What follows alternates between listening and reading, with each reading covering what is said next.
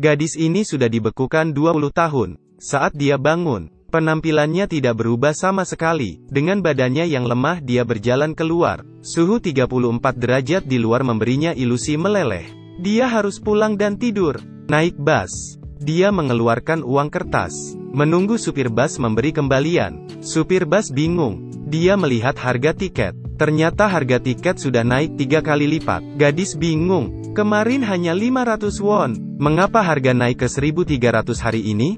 Tapi dia tidak kuat berpikir lagi. Akhirnya menyeret tubuh yang lemah ke pintu rumah. Tapi tidak ada yang menjawab ketukannya.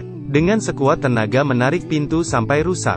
Gadis itu dengan senang hati mendorong pintu. Tapi rumahnya sudah kosong. Dia berpikir keluarganya tidak sanggup membayar uang sewa. Lalu segera menelpon ibunya. Tapi ponselnya sudah rusak total. Hanya bisa membeli ponsel yang baru. Tapi setelah dilihat pegawai toko, berkata ponsel itu sudah berhenti produksi 10 tahun lalu. Sudah tidak ada lagi harganya. Gadis itu terdiam. Ponsel yang baru dibelinya sebulan sudah tidak ada lagi. Dia meminta tolong pada polisi mencari keluarganya. Polisi meminta dia mengeluarkan barang dari tasnya, memberikan kartu tanda pengenalnya kepada polisi. Melihat kartu tanda pengenal yang lama, polisi merasa sedikit aneh. 44 tahun?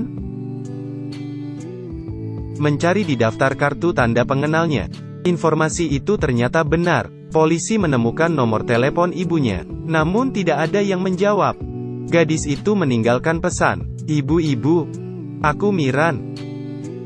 Kalian sebenarnya di mana? Aku ada di kantor polisi. Datanglah jemput aku. Berlari sepanjang hari tapi tidak melihat orang yang dikenalnya. Gadis memegang harapan terakhir. Pergi ke sekolah mencari dua sahabatnya. Tapi dia melihat spanduk gantung bertuliskan 2019.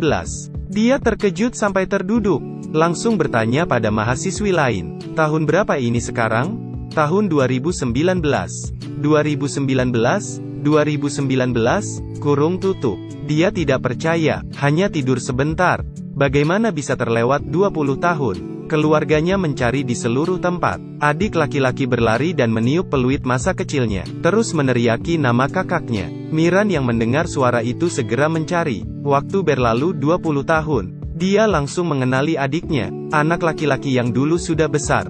Sambil menggendong kakaknya mereka pulang. Rumah mereka yang sekarang sudah berbeda. Hanya Miran yang masih tertahan di 20 tahun lalu. Saat mereka masih tinggal di rumah sewaan. Ibunya berkata dia tidak harus berjuang lagi. Dia sekarang adalah orang berada. Perubahan ini terjadi terlalu banyak. Ternyata saat Miran menghilang setengah tahun, ibunya menerima foto dan buku tabungan. Saat itu Miran tidak tahu apakah ini akan berhasil. Lalu meminta staf mengirim buku tabungan pada orang tuanya. Karena ada uang ini untuk modal awal. Berita bahwa Miran masih hidup. Orang tua mencoba berbisnis dan menjadi bisnis keluarga.